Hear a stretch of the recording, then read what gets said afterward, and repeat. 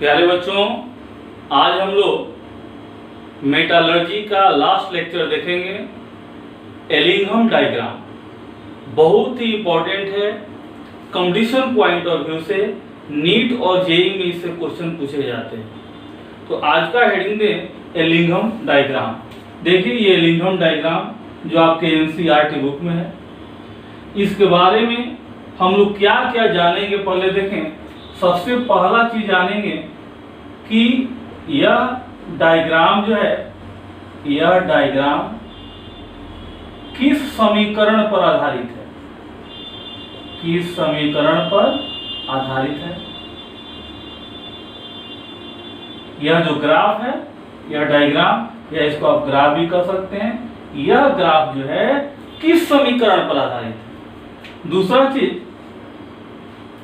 कि यह किसके बीच ग्राफ खींचा गया है, यह किसके बीच ग्राफ खींचा गया है। ठीक है। तीसरा चीज जानेंगे कि ग्राफ कितने प्रकार का होता है, ग्राफ के प्रकार, टाइप्स ऑफ ग्राफ।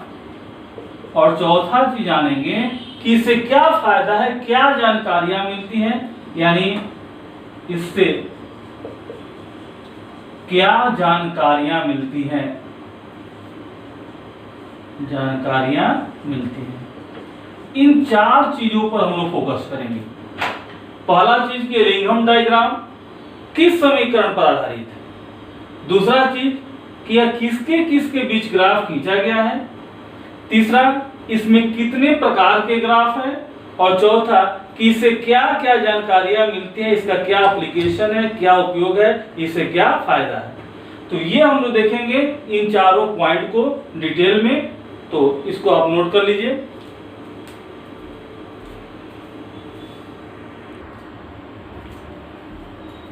तो देखिए सबसे पहले ये जो ग्राफ है, इस ग्राफ का इक्वेशन क्या है, यह ग्राफ किस समीकरण पर आधारित है। तो आप ग्राफ में देख सकते हैं कि इधर डेल्टा जी नोट को रखा गया है, गिब्स फ्री एनर्जी को, और इधर टेम्परेचर को रखा गया है। टेम्परेचर को आप केल्विन में भी रख सकते हैं और डिग्री सेल्सियस, दोनों में किसी का यूज कर सकते हैं।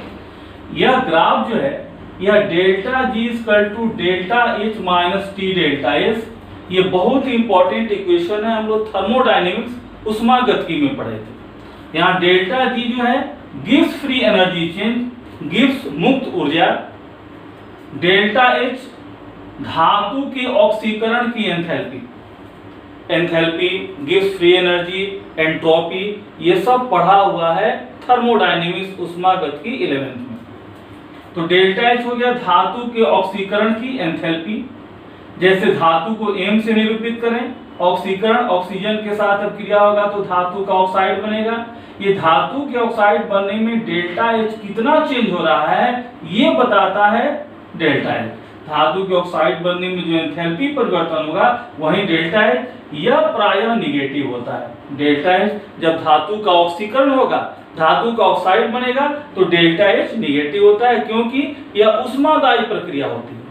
धातु का ऑक्सीजन के साथ रिएक्शन, धातु के ऑक्साइड का बनना उष्मादायी प्रक्रिया है, और उष्मादायी प्रक्रिया में डेल्टा एच क्या होता है, निगेटिव होता है। टी जो है टेम्परेचर है केल्विन में, और डेल्टा एस जो है यहाँ पर यह है एंट्रोपी में परिवर्तन, एंट्रोपी में परिवर्तन। अब डेल्टा जी का मान देखिए, यहां पर देखिए टेम्परेचर यहाँ पर है 0 से 400 डिग्री सेल्सियस, 800 डिग्री सेल्सियस, 1200, 16, 2000, और डेल्टा जी का मान इधर ऊपर की तरफ या नीचे की ओर ज्यादा ऋणात्मक है, और ऊपर की ओर जाते हैं तो कम ऋणात्मक होते जा रहा है। यहाँ -1200 है, या -1100, -1000, -900, इस तरह से ऊपर की ओर कम ऋणात्मक होते जाता है, और यहाँ पर 0 है। इसी डेल्टा जी और टी के बीच यह ग्राफ खींचा गया है, और ये ग्राफ का इक्वेशन है। अब देखो, अब डेल्टा जी का मान जितना ऋणात्मक होगा, डेल्टा जी का मान ऋणात्मक होता है तो रिएक्शन स्पॉन्टेनियस होता है। स्पॉन्टेनियस का मतलब स्वतः प्रवर्तित। जिसके लिए डेल्टा जी का मान ऋणात्मक होगा वह रिएक्शन अपने आप होगा, वह स्वतः प्रवर्तित होगा, स्पॉन्टेनियस होगा। और डेल्टा जी यदि धनात्मक होगा तो वह रिएक्शन स्पॉन्टेनियस नहीं होगा, नॉन स्पॉन्टेनियस होगा, नॉन स्पॉन्टेनियस। और डेल्टा जी जीरो किसके लिए होता है? तो जब साम्यावस्था पर रिएक्शन होता है तो उसके लिए डेल्टा जी का मान क्या होता है? जीरो होता है। देखिए एक बार फिर से, डेल्टा जी के तीन तरह के वैल्यू आते हैं, निगेटिव, पॉजिटिव और जीरो। डेल्टा जी जब निगेटिव होगा तो रिएक्शन स्पॉन्टेनियस होगा, वह प्रोसेस स्वतः होगा, स्वतः प्रवर्तित प्रक्रम कहा जाता है। और डेल्टा जी पॉजिटिव होगा तो रिएक्शन नॉन स्पॉन्टेनियस होगा, अस्वतः प्रवर्तित होगा।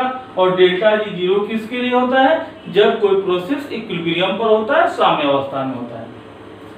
तो डेल्टा जी निगेटिव कब होगा? अब ये इक्वेशन है, इसमें डेल्टा जी निगेटिव तब होगा जब डेल्टा एस ज्यादा हो, टी ज्यादा हो, ये हमेशा निगेटिव होता है। तो ये पूरा यदि निगेटिव होगा तब जाकर के डेल्टा जी ज्यादा निगेटिव होगा। अब यहाँ माइनस साइन लगा हुआ है, तो माइनस साइन लगा है तो डेल्टा एस यदि पॉजिटिव होगा तब यह निगेटिव होगा। और डेल्टा एस यदि निगेटिव होगा तो ये निगेटिव निगेटिव मिलकर के पॉजिटिव हो जाएगा, तो डेल्टा जी कम ऋणात्मक होगा। एक बार फिर समझिए, डेल्टा जी को ऋणात्मक होना होगा यदि प्रोसेस को स्पॉन्टेनियस होना है, स्वतः प्रवर्तित होना है। अब डेल्टा जी निगेटिव कब होगा? ये तो निगेटिव है, डेल्टा जी को निगेटिव रखना है, और डेल्टा एच हमेशा निगेटिव है। तो ये भी यदि टोटल यह निगेटिव हो तब जाकर के यह ज्यादा निगेटिव होगा। अब ये टोटल कब निगेटिव होगा? तो यहाँ माइनस साइन लगा हुआ है, तो इसके साथ यदि प्लस साइन रहेगा तो प्लस माइनस माइनस हो जाएगा।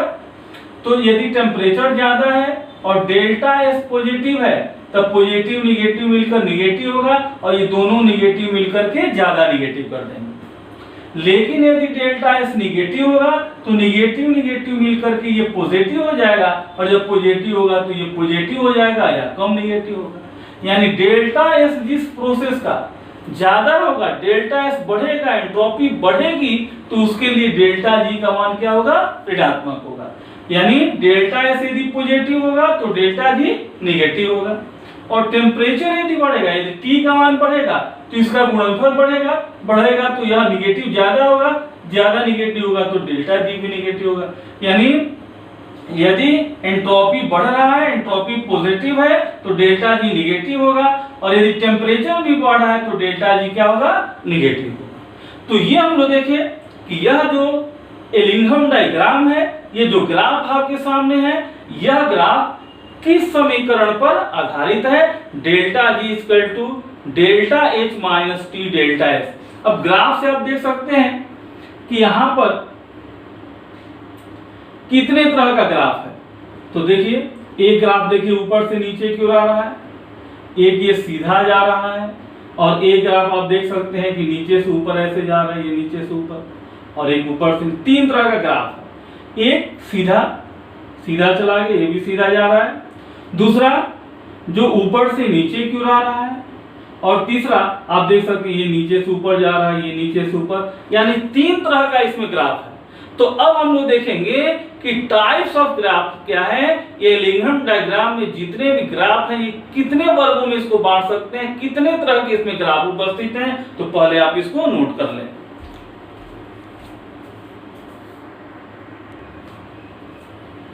तो बच्चों, पहला चीज हम लोग देखें कि यह ग्राफ जो है किस समीकरण पर आधारित है।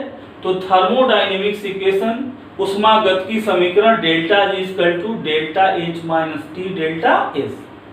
अब यह ग्राफ किसके किसके बीच खींचा गया है? दूसरा मेरा क्वेश्चन है कि यह ग्राफ जो है किसके किसके बीच खींचा गया है। तो देखिए, ये एक्स एक्सिस हो गया और ये वाई एक्सिस।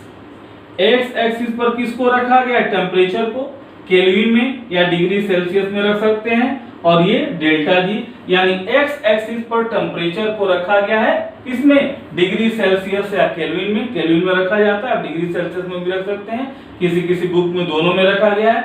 और वाई एक्सिस पर किसको रखा गया है? डेल्टा जी को। अब जरा डेल्टा जी और टी के बीच ग्राफ हम खींचें तो इस तरह के लाइंस आ रहे हैं। देखिए, जैसे ये आपका सीधा लाइन आ रहा है, देखिए सीधा आ रहा है, स्ट्रेट जा रहा है, ऐसे भी लाइन जा रहे हैं, ऐसे भी लाइन जा रहे हैं कि इसको क्रॉस कर रहे हैं, ये देखिए ये लाइन जा रहा है इसको क्रॉस कर रहा है, यानी डेल्टा जी का वैल्यू यहाँ 0 हो गया। ठीक है, अब इसके नीचे जो होगा इसका मान ऋणात्मक होगा, क्योंकि डेल्टा जी का मान देखिए -1200 -1100 -1000, यानी अधिक ऋणात्मक नीचे है और ऊपर की तरफ कम ऋणात्मक या धनात्मक होते जा रहा है। तो यहाँ पर 0 है तो इसके नीचे जो वैल्यू होगा वह निगेटिव और इसके ऊपर जो होगा वह पॉजिटिव होगा या कम निगेटिव होगा। अब डेल्टा जी निगेटिव, यानी इससे नीचे जो ग्राफ है यह निगेटिव है, तो डेल्टा जी निगेटिव होगा तो प्रोसेस क्या होगा, अभी आपको बताया कि स्पॉन्टेनियस होगा। प्रोसेस स्पॉन्टेनियस हो, अपने आप हो, स्वतः हो, इसके लिए जरूरी है कि डेल्टा जी का मान ऋणात्मक होना चाहिए या 0 से कम होना चाहिए। तो 0 से कम होगा मतलब ये पार्ट हो गया। अब ये पार्ट जो है ये आप देख सकते हैं कि 0 से ऊपर है, तो 0 से ऊपर है तो डेल्टा जी क्या होगा, पॉजिटिव, और डेल्टा जी पॉजिटिव होगा तो प्रोसेस जो है, जो रिएक्शन जो है वह क्या होगा, नॉन स्पॉन्टेनियस होगा। तो ये हम लोग देखें कि ग्राफ किसके किसके बीच खींचा गया है। अब ये आप इसको नोट कर लें, तब हम लोग देखेंगे इसमें कितने तरह के ग्राफ बनाए गए हैं, यानी types of graph Ellingham diagram में कितने तरह के हैं। तो नोट कीजिए,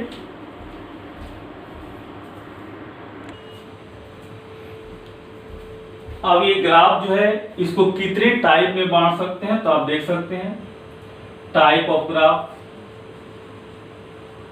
टाइप ऑफ ग्राफ।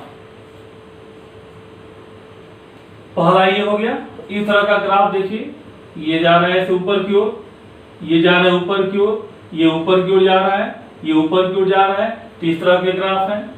कुछ ग्राफ इस तरह के हैं, जैसे देखिए ऐसे जाकर ऐसे गया, फिर ऐसे गया, ऐसे जाकर ऐसे गया, ऐसे गया, ऐसे जाकर ऐसे गया, तो कुछ इस तरह के ग्राफ हैं। ठीक है ना, और कुछ स्ट्रेट हैं, तो स्ट्रेट आपको बता दिया गया कि इसमें क्या होगा कि डेल्टा जी 0 होगा। ठीक है, डेल्टा जी कब 0 होगा, कब ऋणात्मक होगा, कब धनात्मक होगा, ये एंट्रोपी पर डिपेंड करता है। ठीक है, अब देखिए ये जो ग्राफ जा रहा है ये पॉजिटिव है, ये ग्राफ क्या बता रहा है कि ऊपर की ओर जा रहा है, मतलब इसका डेल्टा जी क्या हो रहा है, पॉजिटिव हो रहा है। यहां से ये ग्राफ यहां मुड़ा, ये इसका मेल्टिंग पॉइंट कहलाएगा। यहाँ पर जो भी धातु होगा उसका ये मेल्टिंग पॉइंट, मेल्टिंग टेम्परेचर कहलाएगा, ये उसका बॉइलिंग पॉइंट हो गया। ठीक है, फिर ग्राफ पॉजिटिव हो रहा है, डेल्टा जी का मान पॉजिटिव हो रहा है, यहाँ डेल्टा जी के मान पॉजिटिव होते जा रहे हैं। ये कार्बन के लिए स्पेशली ग्राफ है, ग्राफ फॉर कार्बन,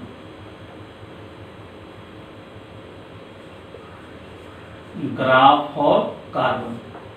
कार्बन का जो ग्राफ है देखिए, यहां ग्राफ ये है, यहां से ये देखिए ब्लू लाइन वाला C से C+O2 CO2 बन रहा है, ये सीधा देखिए जा रहा है C से CO2 बन रहा है, और एक लाइन ऐसे आ रहा है, देखिए नीचे की ओर आ रहा है, C+O2 CO बन रहा है, C से CO बन रहा है। तो डेल्टा जी जो निगेटिव होगा, ऋणात्मक होगा, वही स्पॉन्टेनियस होगा। तो देखिए जब टेम्परेचर 710 केल्विन, ये टेम्परेचर 710 केल्विन, 710 केल्विन, अब नीचे वाला जो होगा वह ज्यादा ऋणात्मक है, ऊपर वाला कम ऋणात्मक होगा। क्योंकि नीचे की ओर ऋणात्मक है और ऊपर की ओर कम ऋणात्मक होते जा रहा है या धनात्मक होते जा रहा है। तो जो ग्राफ नीचे है वह ज्यादा ऋणात्मक होगा, जो ऊपर है वह कम ऋणात्मक होगा यानी धनात्मक होगा।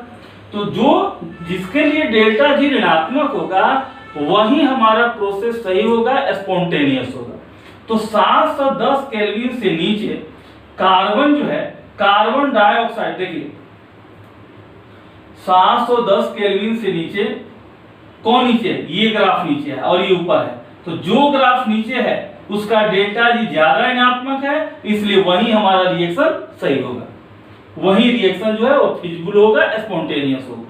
तो 710 केल्विन से नीचे ये ग्राफ नीचे है और ये ग्राफ जब नीचे है तो डेल्टा जी इसका ऋणात्मक होगा, और ऋणात्मक होगा तो कार्बन से कार्बन डाइऑक्साइड का बनना, ये हमारा स्पॉन्टेनियस प्रोसेस होगा। अब जब 710 केल्विन से ऊपर चलते हैं, जब टेम्परेचर, चूंकि टेम्परेचर इधर बढ़ रहा है, तो जब टेम्परेचर 710 केल्विन से ऊपर होगा तो देखिए ये ऊपर आ गया और ये नीचे आ गया, ये नीचे आ गया, तो जो नीचे होगा उसका डेल्टा जी निगेटिव होगा। तो ये नीचे है, यानी कार्बन से कार्बन मोनोऑक्साइड जो बनना है, ये अब हमारा स्पॉन्टेनियस रिएक्शन होगा। तो कहने का मतलब कि ये ग्राफ जो है आपको बताया गया कि जो नीचे है उसके लिए डेल्टा जी निगेटिव होगा और वह हमारा प्रोसेस, वह रिएक्शन स्पॉन्टेनियस होगा, वह रिएक्शन फिजिबल होगा। तो 710 केल्विन से नीचे ये ग्राफ नीचे है, तो ये रिएक्शन, ये क्या रिएक्शन है, C से CO2 बनना, ये हमारा स्पॉन्टेनियस होगा। और 710 केल्विन से जैसे टेम्परेचर इधर की ओर बढ़ रहा है तो ये ऊपर चला गया और ये नीचे चला आया, तो कार्बन से कार्बन मोनोऑक्साइड बनना, ये स्पॉन्टेनियस होगा, ये फिजिबल होगा। तो ये हम लोग समझे कि ग्राफ कितने तरह का है। अब इस ग्राफ को हम लोग क्यों पढ़ते हैं, इस ग्राफ से क्या फायदा है, इसकी जानकारी हम लोग लेंगे कि इस ग्राफ का क्या एप्लीकेशन है, क्या इससे इंटरप्रेट करते हैं, तो इसको नोट कर लीजिए।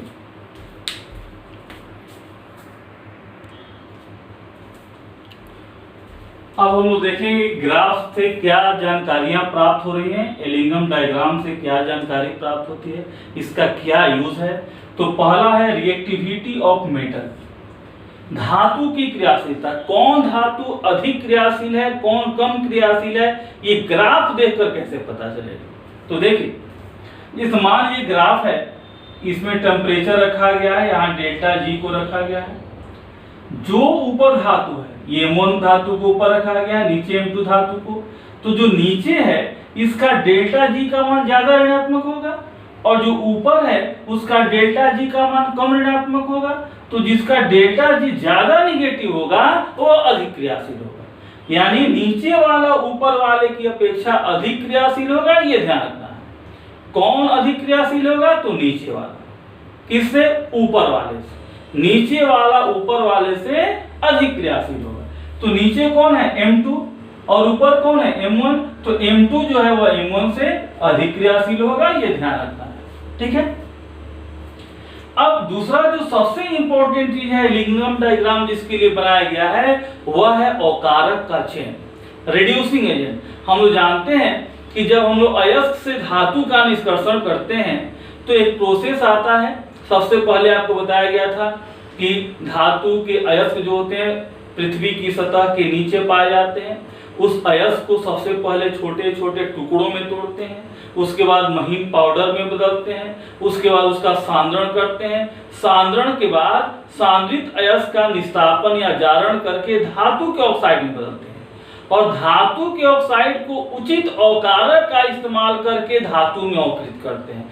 तो धातु के ऑक्साइड को धातु में अवकृत करने के लिए किस अवकारक का उपयोग करेंगे, इसकी जानकारी हमको कौन देता है, यह एलिंगम डायग्राम। अवकारक का चयन, अवकारक का चयन हम लोग इसके द्वारा करते हैं। कौन सा अवकारक यूज होगा, कब कार्बन यूज होगा, कब कार्बन मोनोऑक्साइड यूज होगा, कब एल्युमिनियम यूज होगा, इसकी जानकारी हमको देता है।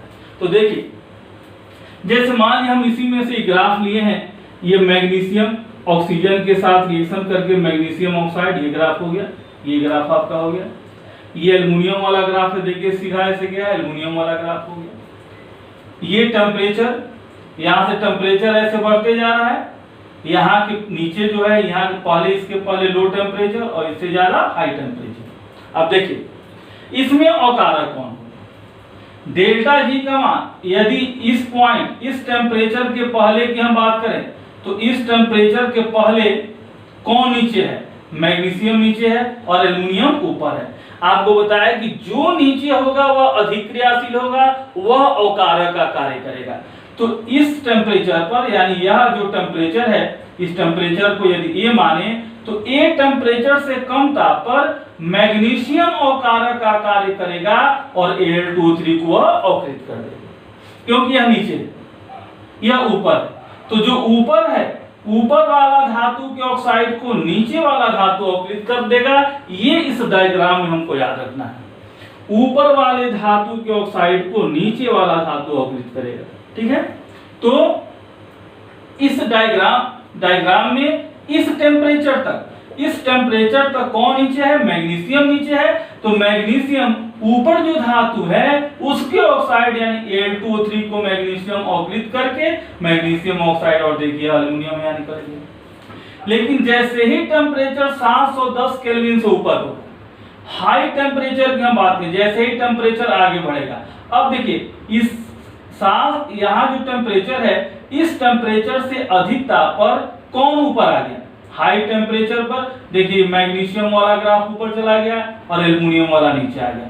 यानी उच्च ताप पर एल्युमिनियम अवकारक का कार्य करेगा और मैग्नीशियम ऑक्साइड को अवकृत कर देगा। क्योंकि देखिए जब टेम्परेचर इससे ज्यादा हो रहा है तो मैग्नीशियम वाला ग्राफ ऊपर चला गया, एल्युमिनियम वाला नीचे आ गया। हम जानते हैं कि नीचे वाले ऊपर वाले को अवकृत करेगा, नीचे वाला अधिक क्रियाशील है और ऊपर वाले को रिप्लेस करेगा। तो नीचे एल्युमिनियम है तो हाई टेम्परेचर पर एल्युमिनियम मैग्नीशियम ऑक्साइड को मैग्नीशियम में अवकृत कर देगा। अब आपको बिल्कुल क्लियर हो गया होगा कि कौन किसको अवकृत करेगा। इसके लिए कोई ट्रिक नहीं याद करना है, ये बिल्कुल टेम्परेचर पर डिपेंड करता है। यदि आप ट्रिक याद रखते हैं कि मैग्नीशियम एल्युमिनियम को अवकृत करता है तो फिर आपका अपोजिट हो जाएगा। टेम्परेचर जैसे ही चेंज हुआ सब गड़बड़ हो गया। तो ये समझना है ग्राफ को, टेम्परेचर जब लो टेम्परेचर है तो लो टेम्परेचर पर मैग्नीशियम एल्युमिनियम को अवकृत करता है, क्योंकि मैग्नीशियम नीचे है, इसका डेल्टा जी ज्यादा नेगेटिव है, इसलिए ऊपर वाला जो एल्युमिनियम का ऑक्साइड है जिसका डेल्टा जिसकी अपेक्षा कम नेगेटिव है उसको यह क्या कर देगा? अवकृत कर देगा। लेकिन हाई टेम्परेचर पर अपोजिट हो जाएगा। हाई टेम्परेचर पर देखिए मैग्नीशियम का ग्राफ ऊपर चला गया, एल्युमिनियम नीचे, और हम जानते हैं कि नीचे वाला ऊपर वाले के ऑक्साइड को अवकृत करेगा, इसलिए हाई टेम्परेचर पर एल्युमिनियम मैग्नीशियम के ऑक्साइड को अवकृत करेगा। ठीक है। लेकिन हम लोग जो मेटालर्जी करते हैं उसमें हम कोशिश करते हैं कि कम टेम्परेचर पर ही काम हो जाए, और जब कम टेम्परेचर की बात होगी तो एल्युमिनियम और मैग्नीशियम में अच्छा अवकारक कौन होगा? तो मैग्नीशियम होगा, क्योंकि लो टेम्परेचर पर मैग्नीशियम अच्छा अवकारक है, वह एल्युमिनियम के ऑक्साइड को अवकृत कर देगा। और लो टेम्परेचर जितना ही कम टेम्परेचर देना पड़े, जितना ही कम हीट लगे, जितना ही कम एनर्जी लगे, जितना ही कम खर्च लगे, उतना ही हमारा काम जो है वह सही होगा, धातु का निष्कर्षण उतना ही अच्छा होता है, फैक्ट्री को उतना ही बचत होती है। तो ये हम लोग देखे दो जानकारी मिला, एक रिएक्टिविटी में हम लोग देखे कि नीचे वाला धातु ऊपर वाले की अपेक्षा ज्यादा रिएक्टिव है, और दूसरा अवकारक का चयन हम लोग इसको टेम्परेचर के हिसाब से देखे, नीचे वाला ऊपर वाले को अवकृत कर देगा, नीचे वाला प्रबल अवकारक होगा, ऊपर वाले धातु के ऑक्साइड को अवकृत करेगा। लेकिन टेम्परेचर को ध्यान में रखते हुए देखेंगे, यहाँ हम देखें लो टेम्परेचर पर क्या हुआ और हाई टेम्परेचर पर क्या हुआ। अब इसको नोट कर लीजिए, फिर आगे हम लोग देखते हैं।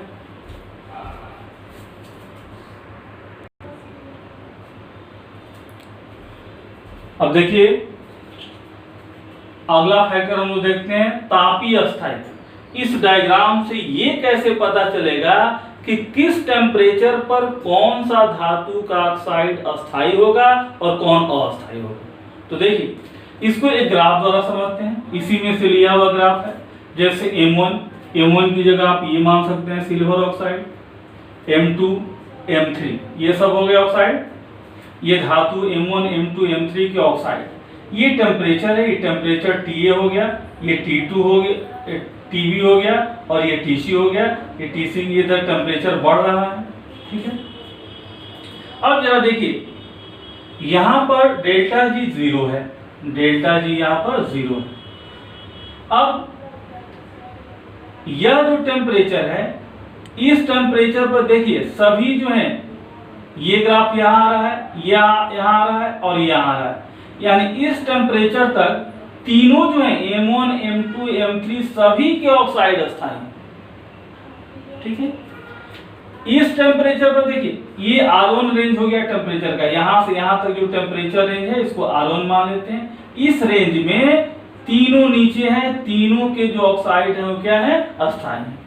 अब टेम्परेचर रेंज ये ले रहे हैं, यहां पर देखिए ग्राफ जो यहां पर आ रहा है, तो यहां पर इस रेंज को हम लोग R2 मान रहे हैं, यहां से यहां जो टेम्परेचर रेंज है इसको R2 मान रहे हैं। यहां पर देखिए M1 का ऑक्साइड, M1 का जो ऑक्साइड है इस टेम्परेचर से जैसे आगे बढ़ेंगे M1 का ऑक्साइड अस्थायी हो जाएगा और वो अपघटित हो जाएगा। एमोनिया जो भी धातु का ऑक्साइड हो, इस टेम्परेचर से जब आगे बढ़ेंगे, टेम्परेचर जब इससे आगे बढ़ेगा तो ग्राफ इसका इधर जाएगा, और इधर जाएगा तो डेल्टा जी क्या हो जाएगा, पॉजिटिव हो जाएगा, और डेल्टा जी पॉजिटिव हो जाएगा तो स्पॉन्टेनियस नहीं होगा। यानी इस टेम्परेचर से अधिक ताप जब होगा तो उस ताप पर एमोन का ऑक्साइड जो है क्या हो जाएगा, अनस्टेबल होगा, अस्थायी हो जाएगा, वो अपघटित हो जाएगा ताप देने पर। लेकिन M2 देखिए, M2 यहाँ पर इसके बाद M2 अपघटित होगा, इसके बाद M3 अपघटित होगा। तो इस टेम्परेचर तक M3 का भी ग्राफ पहुंच रहा है और M2 का भी ग्राफ देखिए यहाँ तक लास्ट है, तो इसके टेम्परेचर रेंज यहाँ कम होगा। तो इस टेम्परेचर पर M2 और M3 के जो ऑक्साइड होंगे वे अस्थायी होंगे। बिल्कुल क्लियर समझिए। इस टेम्परेचर से इसका ग्राफ यहाँ तक आ रहा है, तो इस टेम्परेचर से अधिक जाएगा तब यह अपघटित होगा। इसका ग्राफ यहाँ तक आ रहा है, यानी इस टेम्परेचर से अधिक जाएगा तब यह अपघटित होगा। यहाँ जो टेम्परेचर रेंज है, इस टेम्परेचर को यह बर्दाश्त कर सकता है। ये जो धातु का ऑक्साइड है, इसका टेम्परेचर रेंज यहाँ तक है, यानी इस टेम्परेचर रेंज को ये बर्दाश्त कर सकता है। इससे अधिक टेम्परेचर होगा तब यह अपघटित होगा, यहाँ तक यह अस्थायी होगा। तो R2 जो रेंज है टेम्परेचर का, ये जो रेंज है यहाँ तक M1 और देखिए M1 का ऑक्साइड, ये तो चूंकि टेम्परेचर रेंज इसका यहाँ तक है, तो इससे अधिक ताप पर क्या हो जाएगा, अपघटित होगा, इसलिए अस्थायी हो गया। लेकिन M2 और M3 के ऑक्साइड क्या होंगे, अस्थायी होंगे। अब टेम्परेचर रेंज हम लोग यहां पर आते हैं। ये जो टेम्परेचर रेंज है यहां पर देखिए, ये तो पहले ही अपघटित हो गया इससे अधिक ताप पर, और यहां पर हम आ रहे हैं तो ये जो M3 है ये यहां पर खत्म हो जा रहा है, तो M3 का ऑक्साइड इससे अधिक टेम्परेचर जाएंगे तो ये भी अपघटित हो जाएगा। यानी M1 M3 का ऑक्साइड क्या हो जाएगा, अनस्टेबल होगा, अपघटित हो जाएगा। केवल M2 का ग्राफ यहां तक आ रहा है, तो M2 का ऑक्साइड क्या होगा, अस्थायी होगा। अब M1 M2 M3 की जगह कोई भी धातु यहाँ रख करके आपको क्वेश्चन में दिया जा सकता है। ठीक है। अब इस टेम्परेचर के बाहर जाएंगे तो जितने भी धातु हैं सबके ऑक्साइड अस्थायी होंगे और सभी अपघटित हो जाएंगे। तो यह जो ग्राफ है यह धातु के ऑक्साइड के थर्मल स्टेबिलिटी, तापीय अस्थायित्व को बताता है कि किस टेम्परेचर पर कौन अपघटित हो सकता है। जैसे देखिए, आप इस ग्राफ को देखिए, ये ग्राफ यहां पर आ रहा है सिल्वर के ऑक्साइड का, तो इस टेम्परेचर पर जो है, इस टेम्परेचर के नीचे यह क्या है, अस्थायी है। इस टेम्परेचर से अधिक इसका ताप बढ़ेगा तो यह क्या हो जाएगा, अपघटित हो जाएगा। लेकिन बाकी जो है इसका देखिए टेम्परेचर यहाँ तक आ रहा है, तो इस टेम्परेचर तक अस्थायी होगा, इसके बाद यह अपघटित होगा। तो इसी तरह ये M1 M2 M3 आपको मेटल मान करके ये समझा दिया गया। यहाँ पर कोई भी मेटल का ऑक्साइड दे सकता है और आप बिल्कुल आसानी से बता सकते हैं कि कौन किस टेम्परेचर पर ज्यादा अस्थायी होगा, कम अस्थायी होगा, कौन अपघटित होगा। तो ये हम लोग देखें कि एलिंघम डायग्राम से क्या क्या हमको जानकारियां मिलती है। अब हम लोग इस पर आधारित कुछ क्वेश्चन देखेंगे, इसको आप लोग नोट कर लें।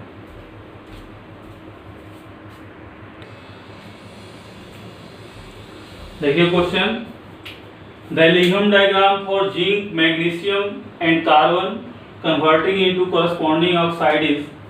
जिंक, कार्बन और मैग्नीशियम का जो ऑक्साइड में परिवर्तन हो रहा है, कार्बन से कार्बन मोनोऑक्साइड, जिंक से जिंक ऑक्साइड, Mg से MgO, इसके लिए डायग्राम दिया हुआ है एलिंघम डायग्राम। इसमें पहला क्वेश्चन कर रहा है, at what temperature zinc and carbon have equal affinity for oxygen. यानी किस टेम्परेचर पर जिंक और कार्बन का ऑक्सीजन के प्रति समान लगाव है, समान एफिनिटी। तो देखो आप, ये कार्बन का ग्राफ है और ये जिंक का ग्राफ है। देखिए दोनों किस पॉइंट पर मिला है, ये कार्बन का ग्राफ, ये जिंक का ग्राफ इस पॉइंट पर मिला है, और इस पॉइंट पर टेम्परेचर देखिए क्या है, तो 1000 डिग्री सेल्सियस। तो इसके लिए आंसर क्या हो जाएगा, 1000। फिर से देखिए, कह रहे कि किस टेम्परेचर पर जिंक और कार्बन का ऑक्सीजन के प्रति समान लगा होगा। तो ये कार्बन का ग्राफ है और ये जिंक का ग्राफ है, दोनों जिस पॉइंट पर मिलेगा उसी टेम्परेचर पर दोनों के ऑक्सीजन के प्रति समान लगा होगा, और यह टेम्परेचर जिस पॉइंट पर ये दोनों ग्राफ मिल रहा है ये 1000 डिग्री सेल्सियस है, इसलिए आंसर हो गया 1000 डिग्री सेल्सियस। दूसरा क्वेश्चन है, to make the following reduction spontaneous temperature should be. ठीक है, इस रिएक्शन को स्पॉन्टेनियस बनाने के लिए ये जिंक ऑक्साइड से जो जिंक, ये आपका रिएक्शन यहाँ पर छूट गया है, ये रिएक्शन यहाँ पर होगा ZnO plus C Zn plus CO। यह रिएक्शन इस क्वेश्चन का है। इस रिएक्शन को स्पॉन्टेनियस बनाने के लिए टेम्परेचर क्या होना चाहिए? तो हम पढ़े हैं कि रिएक्शन तभी स्पॉन्टेनियस होता है जब डेल्टा G निगेटिव हो। अब देखिए, कार्बन यहाँ पर जिंक ऑक्साइड को रिड्यूस कर अपचयित कर रहा है, तो जिंक ऑक्साइड को कार्बन किस ताप पर अपचयित करेगा ये पूछ रहा है। तो जिंक यहाँ पर, जिंक का ग्राफ नीचे है और कार्बन का ऊपर है, तो इस टेम्परेचर के पहले नीचे वाला तो ऊपर वाला को अपचयित करेगा, लेकिन कार्बन जिंक को कब अपचयित करेगा? तो जब कार्बन का ग्राफ नीचे आएगा। तो कार्बन का ग्राफ कब नीचे आ रहा है? तो इस टेम्परेचर से आगे बढ़ रहे हैं तब कार्बन का ग्राफ नीचे आ रहा है और जिंक का ग्राफ ऊपर आ रहा है। आपको बताए हैं कि नीचे वाला जो होगा वह अधिक क्रियाशील होगा ऊपर वाले से, नीचे वाला ऊपर वाले को अपचयित करेगा। तो यहाँ पर कार्बन जिंक ऑक्साइड को अपचयित कर रहा है, तो कार्बन जिंक ऑक्साइड को कब अपचयित करेगा? देखिए इस रिएक्शन को यहां हम लिख दे रहे हैं,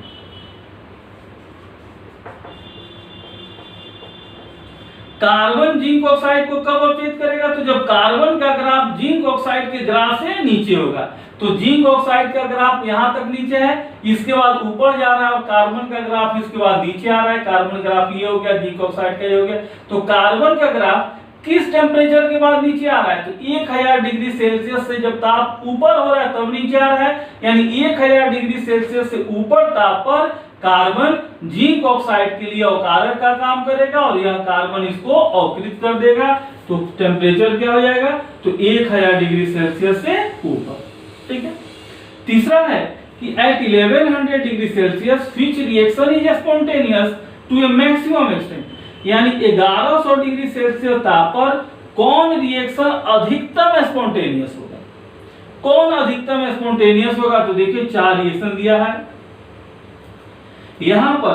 MgO plus C carbon magnesium oxide को अकृत कर रहा है, तो कार्बन मैग्नीशियम ऑक्साइड को अकृत कर रहा है यहां पर इस टेम्परेचर पर। ठीक है, यह टेम्परेचर 1500 के थोड़ा करीब है। उसके बाद जिंक ऑक्साइड को कोक अकृत कर रहा है, तो जिंक ऑक्साइड को कोक अकृत कर रहा है, ये टेम्परेचर 1000 के आसपास है। फिर मैग्नीशियम ऑक्साइड जिंक को, मैग्नीशियम ऑक्साइड जिंक को तो अकृत करेगा ही नहीं, क्योंकि मैग्नीशियम ऑक्साइड का ग्राफ नीचे है, जिंक ऑक्साइड का ऊपर है, जिंक का ऊपर है तो ये तो करेगा ही नहीं। जिंक ऑक्साइड मैग्नीशियम को, जिंक ऑक्साइड ये हो गया और मैग्नीशियम ये हो गया, तो जिंक ऑक्साइड मैग्नीशियम को क्या अकृत करेगा? जिंक ऑक्साइड मैग्नीशियम को अकृत कब करेगा? तो जब ताप जो होगा वो क्या कर रहा है कि at 1100 degree Celsius, 1100 degree Celsius पर which reaction is spontaneous to a maximum extent. Maximum extent, अधिकतम एक्सटेंट तक कौन स्पॉन्टेनियस होगा?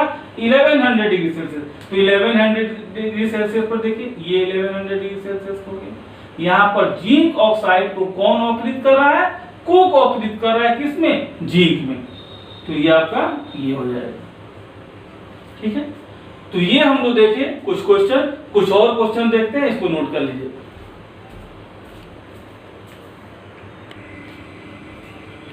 देखिए 2 क्वेश्चन कह रहे कि delta G versus T graph में किसके लिए स्लोप नीचे क्यों आ रहा है? तो ये ग्राफ हम डेल्टा जी और टी का जो ग्राफ अभी आपके लिंगम डायग्राम शुरू में बनाया गया था, तो किसका ग्राफ नीचे क्यों आ रहा है? देख सकते हैं आप क्लियर, किसका ग्राफ नीचे क्यों आ रहा है? C+O2CO का। तो C+O2CO ये आपका आंसर हो जाएगा। दूसरा क्वेश्चन है एलिंघम डायग्राम के अनुसार सबसे कम ताप पर किस ऑक्साइड को अकृत करने के लिए CCO का उपयोग किया जा सकता है। C का जो ऑक्सीडेशन हो रहा है CO में, कार्बन का जो कार्बन मोनोऑक्साइड में ऑक्सीडेशन हो रहा है, ये ग्राफ जो है, ये रिएक्शन जो है, इसमें से किसका अवकरण करने के लिए यूज किया जा सकता है सबसे कम ताप पर। तो ये ग्राफ जो है सबसे कम ताप पर किसको काट रहा आप देख सकते हैं, सबसे कम ताप पर यहाँ ये ताप इसका या ये हो गया। इसके बाद जिंक वाला देखिए ये ताप हो गया, ये मैग्नीशियम वाला ये ताप हो गया। तो सबसे कम ताप इसमें कौन है, ताप इधर की ओर बढ़ रहा है तो सबसे कम ताप ये हो गया। तो इस ताप पर देखिए कौन सा ग्राफ है, कॉपर का ही। ये ग्राफ किसका है, कॉपर का है। तो कॉपर का ऑक्साइड यानी ये आंसर हो जाएगा। तो एलिंघम डायग्राम आपको पूरा डिटेल में पूरा कंसेप्ट के साथ समझाया गया। इसको एक बार अच्छी तरह से इसको रिवाइज करें, पढ़ें, समझें। यदि कहीं समझने में दिक्कत हो तो एक बार फिर से इसको देखें और समझें, निश्चित रूप से समझ में आएगा। और इस पर आधारित जितने भी मेडिकल इंजीनियरिंग के क्वेश्चन होंगे निश्चित रूप से बनेंगे। ये बहुत ही इंपॉर्टेंट टॉपिक है जेईई और नीट के लिए। तो इस तरह हम लोग मेटालर्जी के बारे में देखें। Thank you.